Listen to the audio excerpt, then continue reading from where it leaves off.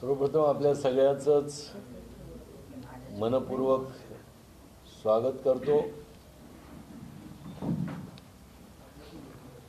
आणि कोविडची आणखीन काही तिसरी लाट येते असं सरकार म्हणत आहे. त्या सगळ्यातून आपल्या सगळ्यांचं संरक्षण हो अशी सदिच्छा पहिलं व्यक्त करतो. आज पत्रकार परिषदेला माझ्या समवेत महाराष्ट्राचे प्रवक्ते प्रफुल्लजी पवार, युवक अध्यक्ष राज्याचे उदयजी आहेर, आपले शिवसंग्रामचे जिल्ह्याचे नेते अमित जाधव, जिल्हा अध्यक्ष शरद तुंगार, रवींद्र बोराडे आणि सर्व आपण बंधू. 2 दिवसापूर्वी महाराष्ट्र राज्यामध्ये आघाडी सरकार येऊन उद्धव ठाकरे यांचं सरकार येऊन 2 वर्ष पूर्ण झाले. या 2 वर्षामध्ये या सरकारची काय उपलब्धी आहे असं जर सर्वसामान्य माणसाला जरी विचारलं तर कुणी काही सांगू शकत नाही. उलट या 2 वर्षामध्ये या संपूर्ण जगामध्ये कोविडनं जे थैमान घातलं त्यामुळं आणि सरकारच्या धोरणामुळं अनेकाचे संसार उघड्यावर पडले आणि हजारो लाखो लोक रस्त्यावर आले, देशोधडीला लागले. ही सरकारची 2 वर्षांमधली उद्धव ठाकरेंची उपलब्धी आहे. मला कळत नाही की हे सरकार कोणत्या मुहूर्तावर आलं. हे सरकार आल्यापासून सातत्यानं या महाराष्ट्रावर संकट कोसळत आहे. आणि आज सुद्धा आपण बघताय असं अवकाळी पाऊस आज नाशिकमध्ये पडतोय. कुठं नाही पाऊस नाही, पण नाशिकमध्ये पाऊस आहे. हे संकट करोना असेल, अतिवृष्टी असेल, गारपीट असेल किंवा अन्य कोणत्याही सगळे संकट आणि संकट हे आघाडी सरकार या राज्याचं अपशकुनी सरकार आहे, पालत्या पायाचं सरकार आहे. त्याचाच परिणाम म्हणून या महाराष्ट्रावर ही वेळ आज आलेली आहे. या कालावधीमध्ये तुम्ही शेतकऱ्यांच्या बद्दल जी काही अवस्था आहे, शेतकऱ्यांना पूर्ण वाऱ्यावर सोडून द्यायचं काम या सरकारनं केलंय. बळीराजाच्या साक्षीनं, मार्गदर्शनानं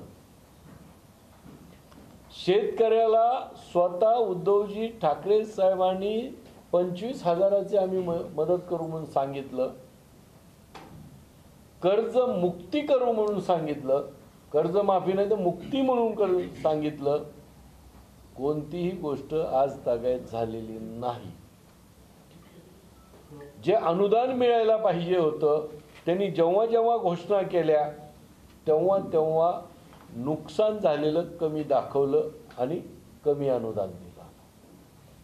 विमा कंपन्यांनी तर अनेकाला नागवायचं काम त्यांनी केलं गेलं.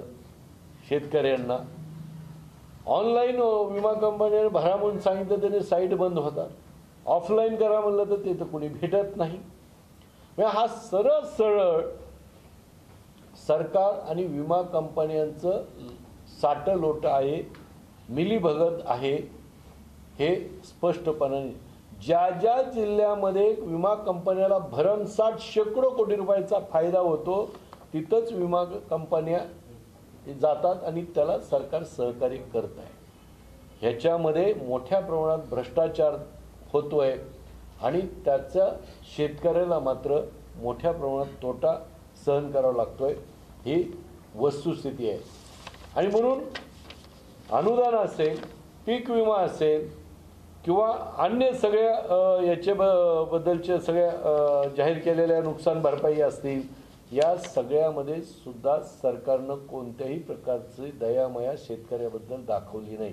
आजच मी काल बोलत होतो, आज तुम्हाला सांगतो कांद्याच्या बद्दल किंवा अन्य सगळ्याचे प्रचंड भाव कोसळले, काही सरकार त्याबद्दल काही करत नाही। एक दुसरं, हे सगळं कमी म्हणून काय, पाऊस काळ बरा होतोय, पीक पाणी चांगलं यायला लागले, तर हे सरकार, आघाडी सरकार नितीन राऊतांच्या माध्यमातून प्रत्येक शेतकऱ्याचं वीज कट करायला लागले, वीज कनेक्शन तोडायला लागलेले। सभागृहामध्ये मात्र मुख्यमंत्री उपमुख्यमंत्री घोषणा करतात की आम्ही वीज कनेक्शन कुणाचं तोडणार नाही, आणि इकडं मात्र उलट वागतात। म्हणजे पूर्णपणे शब्द पाळायचा नाही, विश्वास घात करायचा, हा या सरकारचा स्थायी भाव आहे। मग तो विश्वासघात आपल्या सोबतच्या असणाऱ्या मित्र पक्षाच्या बद्दलचा असेल, तिथं विश्वासघात असेल, किंवा शेतकऱ्याच्या बद्दल असेल, सर्वसामान्य माणसाच्या बद्दल असेल, वीज ग्राहकाच्या बद्दल असेल, विश्वासघात करणं हा ठाकरे सरकारचा स्थायी भाव आहे। हे या 2 वर्षातली फल निष्पत्ती आहे, मी हे आपल्याला सांगू इच्छितो। याचबरोबर या सरकारला कोण सामाजिक दृष्ट्या, राजकीय दृष्ट्या तर आपण पाहतोय, मदतीच्या बद्दल पाहतोय, पण त्याचबरोबर या राज्यामध्ये जे वेगवेगळे समाज घटक आहेत, कोणताही समाज घटक या सरकारवर खुश नाहीये, आनंदी नाहीये। उलट सगळ्या समाजाचं माती करून टाकायचं काम, नुकसान करायचं काम हे उद्धवजी ठाकरे सरकारनं केलेलं आहे। याच्यामध्ये सगळ्यात मोठं मराठा समाजाचं जे आरक्षण माननीय देवेंद्रजी फडणवीस सरकारनं दिलेलं होतं, ते मिळालेलं आरक्षण या आघाडी सरकारनं घालवण्याचं मोठं पाप या सरकारनं केलं। ही 2 वर्षातली यांची उपलब्धी, मराठा समाजाचा मुलाबाळांच्या हातातोंडाशी आलेला घास हिरावून घेणं ही यांची 2 वर्षातली उपलब्धी। छत्रपती शिवाजी महाराजांच्या स्मारकाच्या बद्दल जे 2 वर्षामध्ये माननीय उद्धवजी ठाकरे साहेब, जी शिवाजी महाराजांच्या नावानं शिवसेना स्थापन झाली, उठल्या बसल्या नाव घेतात, 2 वर्षामध्ये 2 मिनिट सुद्धा आणखी हे काम, स्मारकाचं काम सुरू करण्याकरता यांनी वेळ दिलेला नाही, बैठक घेतलेली नाही, आढावा घेतलेला नाही, आणि अशोकराव त्याच्याबद्दल तोंडाला कुलूप लावून बसलेत। त्यामुळं 2 वर्षामध्ये काय आहे तर या राज्याचं जे दैवत आहे त्याच्याबद्दलची अनास्था दाखवणं, फक्त स्वार्थासाठी उपयोग करून घेणं शिवाजी महाराजांच्या नावाचा, ही या 2 वर्षाची यांची उपलब्धी आहे। दुसरं, आम्ही जेव्हा बैठका घेतल्या आरक्षण रद्द झाल्यानंतर, तेव्हा जे आरक्षण गेलंय पण ते परत मिळवण्याकरता जी प्रक्रिया सुरू करायला पाहिजे, राज्य मागासवर्गीयाकडे काम सोपवलं पाहिजे, ते सुद्धा आणखी सोपवलं नाही। हे यांचं 2 वर्षातली उपलब्धी। अण्णासाहेब पाटील महामंडळाचा पूर्ण कारभार ठप्प झालेला आहे, हे 2 वर्षाची यांची उपलब्धता। याचबरोबर सारथी संस्था पूर्ण अगोदर कार्यक्षमतेने चालत होती, ती पूर्ण आता डबघाईला आलेली आहे। एवढंच नाही तर 2014 पासून जे निवड प्रक्रियामध्ये निवडी झालेल्या आहेत त्यांना सुद्धा अजून आपण काही दिलेलं नाही, हे सुद्धा आहे। याचबरोबर या सरकारमध्ये काँग्रेस आणि राष्ट्रवादी शिवसेनेबरोबर सहभागी आहे। काँग्रेस राष्ट्रवादी अनेक समाजाच्या बद्दल गळे काढतात, विशेषतः मागासवर्गीय समाज किंवा तुमचा मुस्लिम समाज। मला सांगा, जेव्हा माननीय देवेंद्रजी फडणवीस साहेबांचं सरकार होतं तेव्हा मुस्लिम आरक्षणाच्या बद्दल हे सगळे गळे काढत होते। 2 वर्षामध्ये साधं एक चकार शब्द सुद्धा या सरकारमधला एकही माणूस बोललेला नाही की त्या मुस्लिम समाजाच्या मुलामुलींना काहीतरी आपण आरक्षणाच्या माध्यमातून आधार द्यावा, संरक्षण द्यावं किंवा त्यांना न्याय द्यावा, हे कुणीही बोललेलं नाही। एवढंच जाऊ द्या, जे अल्पसंख्याक मंत्री आहेत या राज्यातले ते मुस्लिम आहेत, हेच विसरून गेले। या मुस्लिम आरक्षणाच्या बद्दल एक चकार शब्द नवाब मलिक काढायला तयार नाही. हे नवाब मलिकाची मेहरबानी आहे की त्यांनी मुस्लिम असून हे आरक्षण त्यांनी मिळू दिलेलं नाही किंवा ते मिळावं यासाठी प्रयत्न केले. ही 2 वर्षाची उपलब्धता आहे. त्यांना मुस्लिम समाजाच्या मुलं शिकावत मोठे व्हावेत याच्याबद्दल त्यांना काही पडलेलं नाही. ह्या 2 वर्षात त्यांना जावाई कसा सुखरूप बाहेर येईल किंवा जावाई कसा व्यवस्थित होईल याची चिंता आहे. त्यांना सर्वसामान्य मुस्लिम समाजाच्या मुलांची काळजी नाही आहे. काय त्यांना आरक्षण मिळावं याची काळजी नाही. काळजी काय आहे, आपली मुलगी कशी व्यवस्थित राहील. आपला मुलगी, आपला जावाई, आपलं घर हे म्हणजे त्यांचं मुस्लिम समाज आहे. बाकीच्या मुस्लिम समाजाशी यांना काही देणं घेणं पडलेलं नाही. आणि ना पवार साहेब, ना सोनियाजी, ना राहुलजी, नि जे गळे काढणारे अल्पसंख्याकाच्या नावानं होते, या सगळ्यांना अलीगडचं मोठं कुलूप लावलेलं दिसतंय. काय मोठं. त्यामुळे कुणी चकार शब्द बोलायला तयार नाही. ही 2 वर्षाची मुस्लिम समाजाच्या बद्दलची उपलब्धता आहे यांची. धनगर समाजाच्या बद्दलही तसंच. धनगर समाजाच्या बद्दल अनेक वेळा सांगतायत तरी कुणीही अजून बोलायला तयार नाही.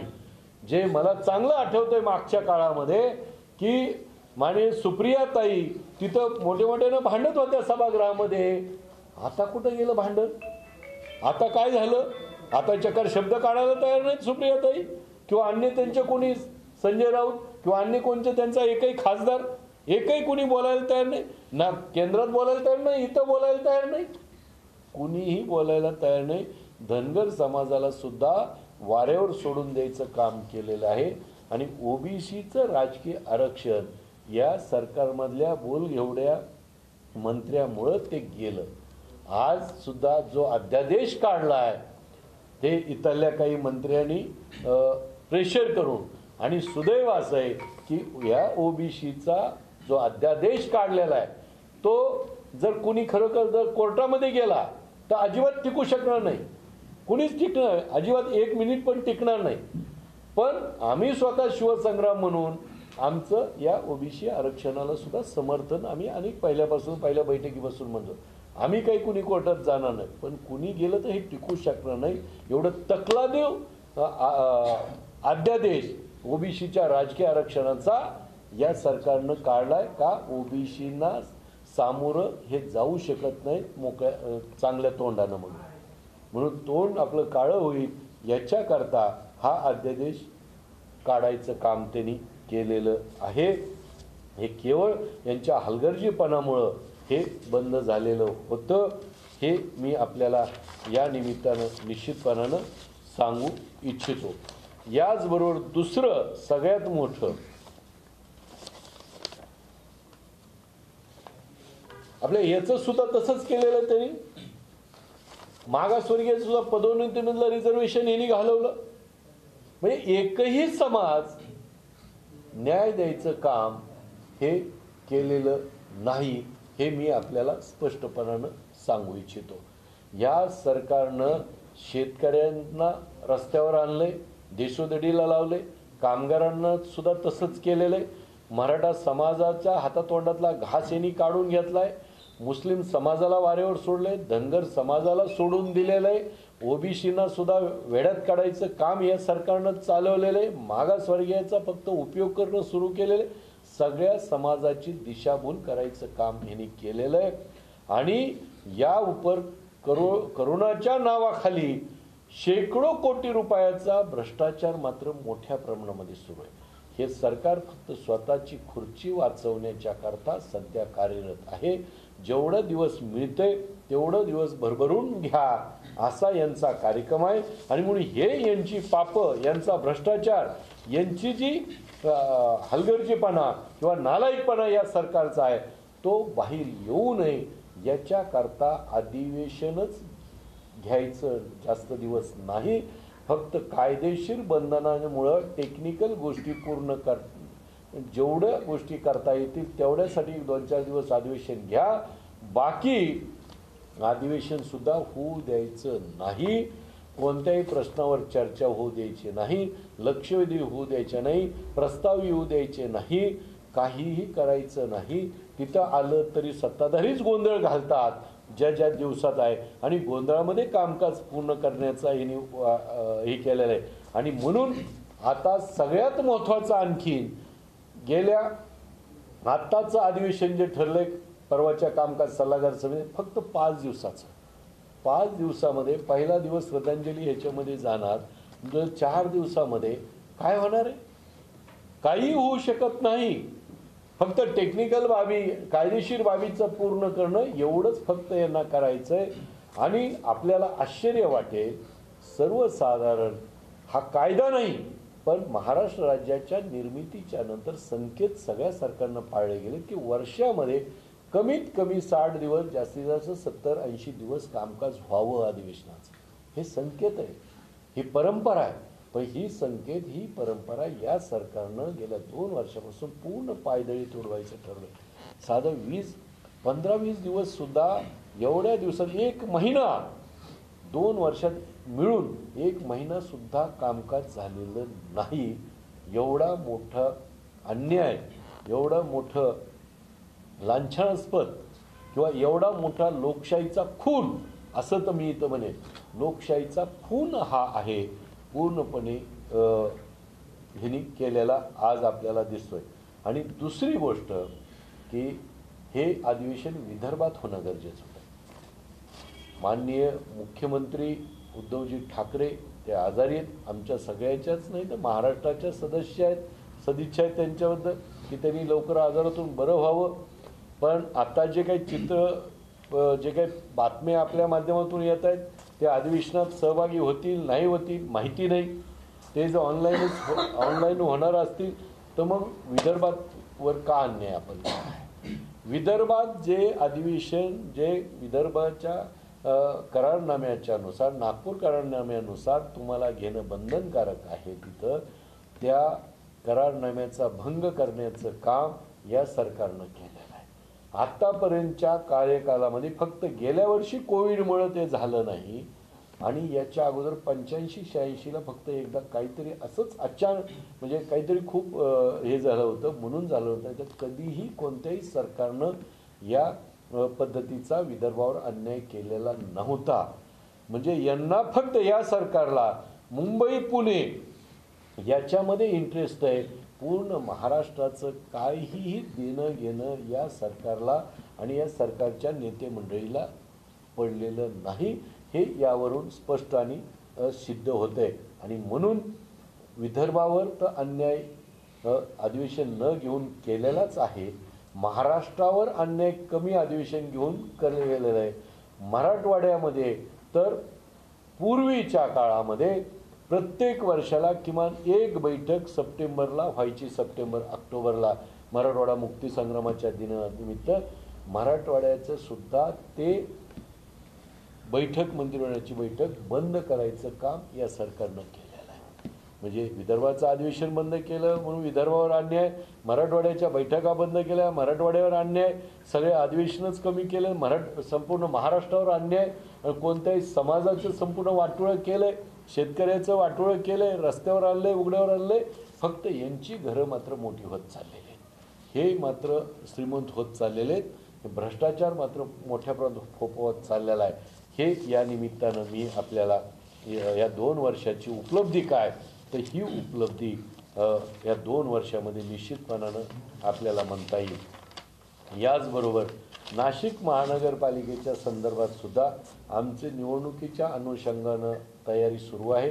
पुढच्या काळामध्ये जसं जसं काही जे होईल त्या पद्धतीने आपल्याला कल्पना देता येईल.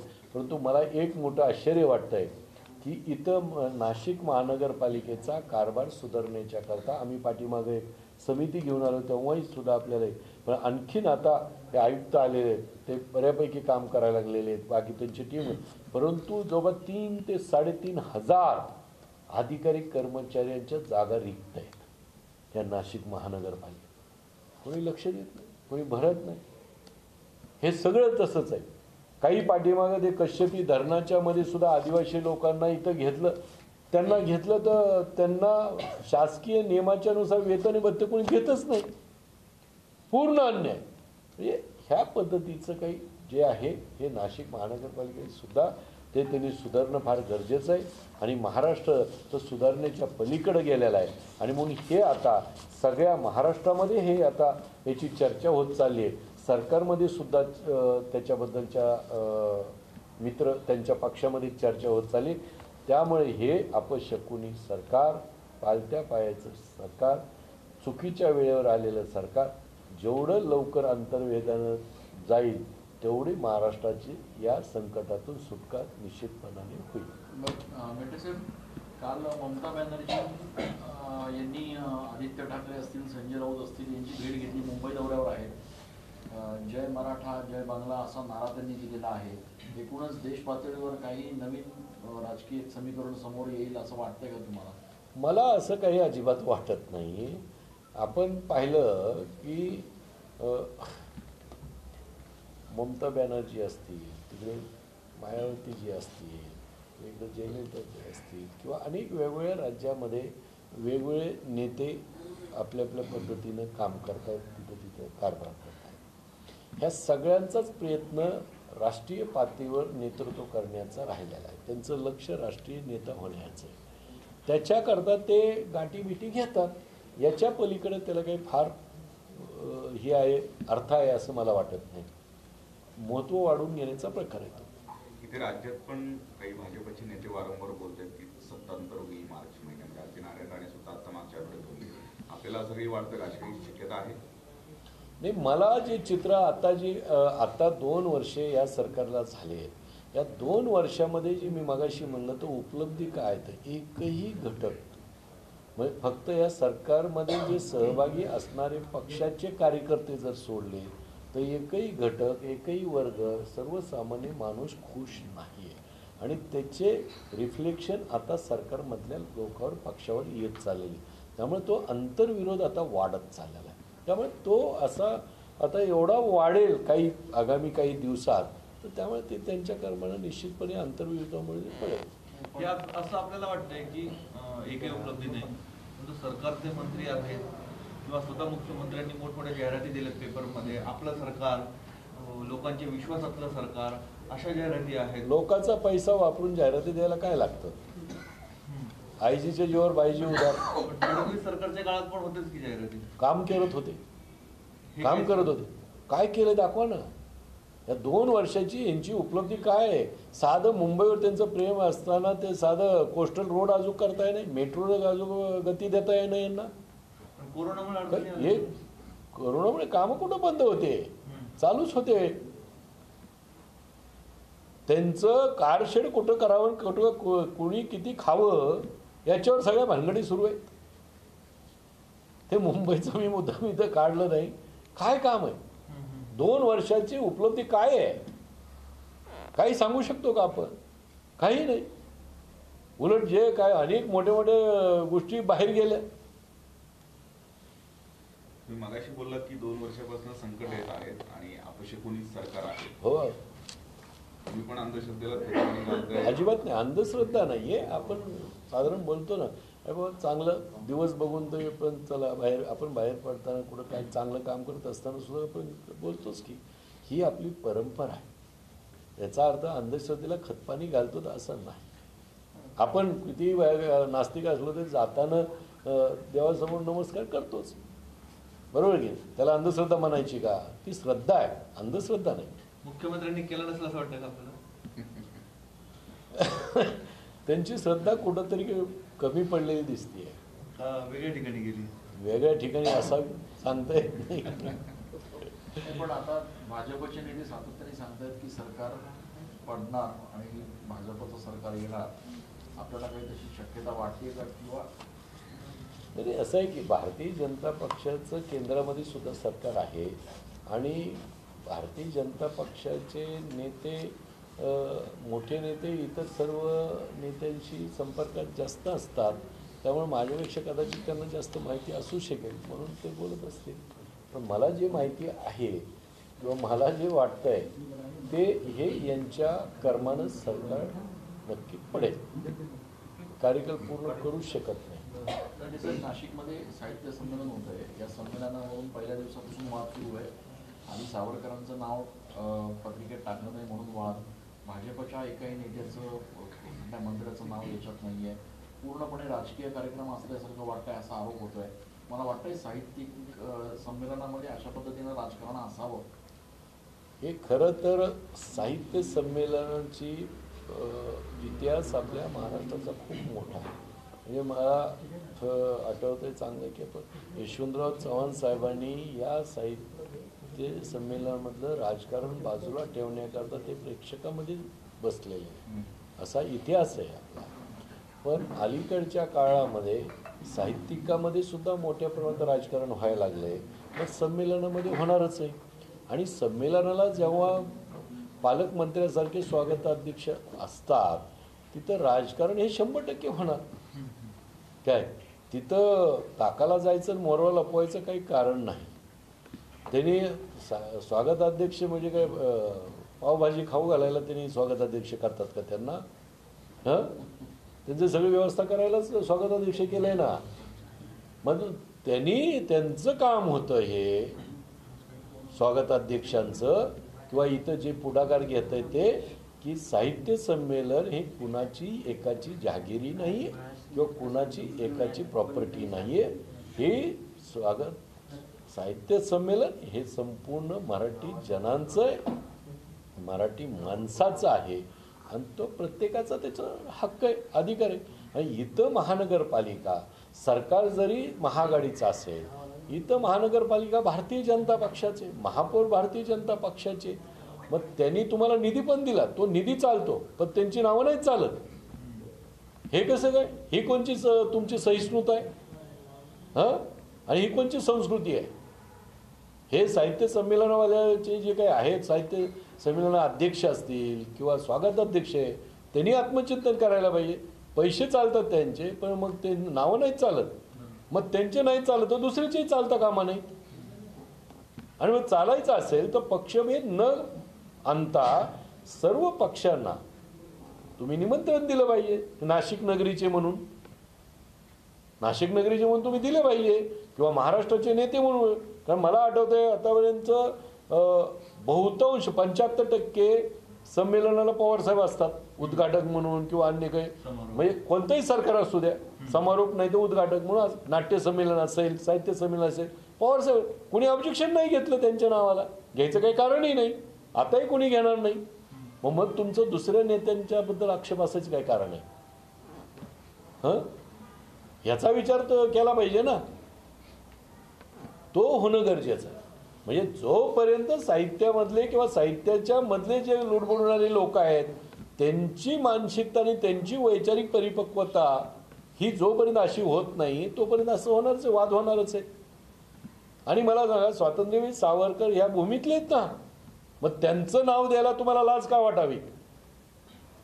हं, का लाज वाटायचं काय कारण आहे तुम्हाला?